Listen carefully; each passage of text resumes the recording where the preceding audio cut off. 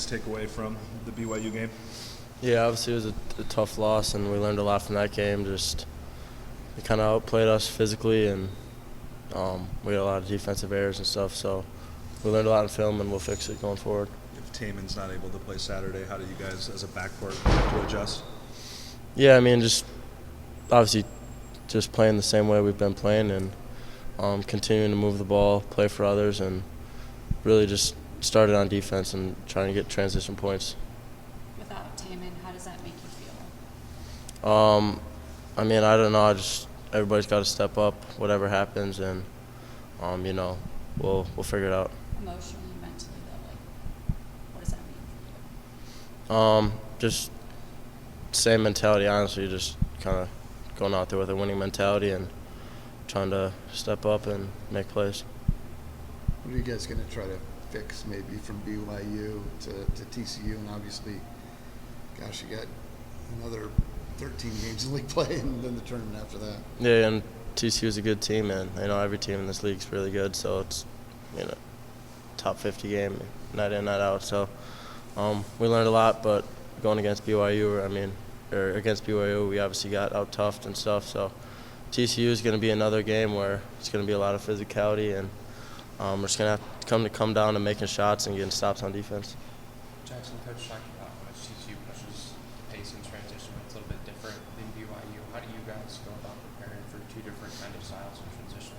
Yeah, I mean, TCU, like you said, plays fast, so transition defense is going to be a big thing, and that's one area in the BYU game they kind of got us in. So we're going to be working on transition defense a lot in practice and getting our defense set, but that goes hand in hand. We got to push after we get a stop too. So that's how a lot of our offense is going to be. What's been a big point of emphasis in terms of improving the transition defense between the BYU game and the TCU game? Yeah, just getting back and talking. We had a lot of communication errors. So stopping the ball, and then if you're not stopping the ball, running back and loading to the other side. So they can't just get rip drives right away. So transition defense, like you said, has been a big emphasis. So we've been talking down in practice, and we'll get it figured out.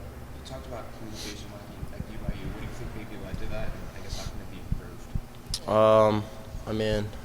I don't really know what led to that, but we just got to we can improve it in practice just by repping it out, and coaches have been on us and giving us tips on how to get it better at all that stuff. So just sticking to the process and trusting in our guys.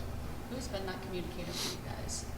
Honestly, it's kind of starts with the guards getting back and stopping the ball and letting everybody know that they have the ball. So it's kind of starts with the guards, but everybody talking, and it may not be your man that you're getting matched up to, but just figuring out and getting a man so they don't get open shots. How difficult is it to play on the road in the Big 12? It's tough going into every other team's place and playing with all the fans and everything, but we like that. We got our guys, and that's all we need. How do you guys feed off each other in that environment? The bench energy is really big, just bringing energy off the bench, and then the guys on the floor sticking together as one, and kind of tuning out all the noise on the outside and just focusing and locking in on what's going on the court. Potentially not having Taman come into the hit, does that take on communication?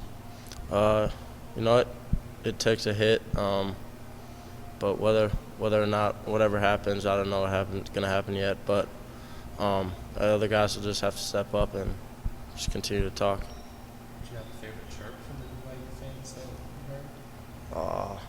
They gave me a "he's in high school" chant, but that's about it. Can you talk about Hilton Magic and how important it is to win at home?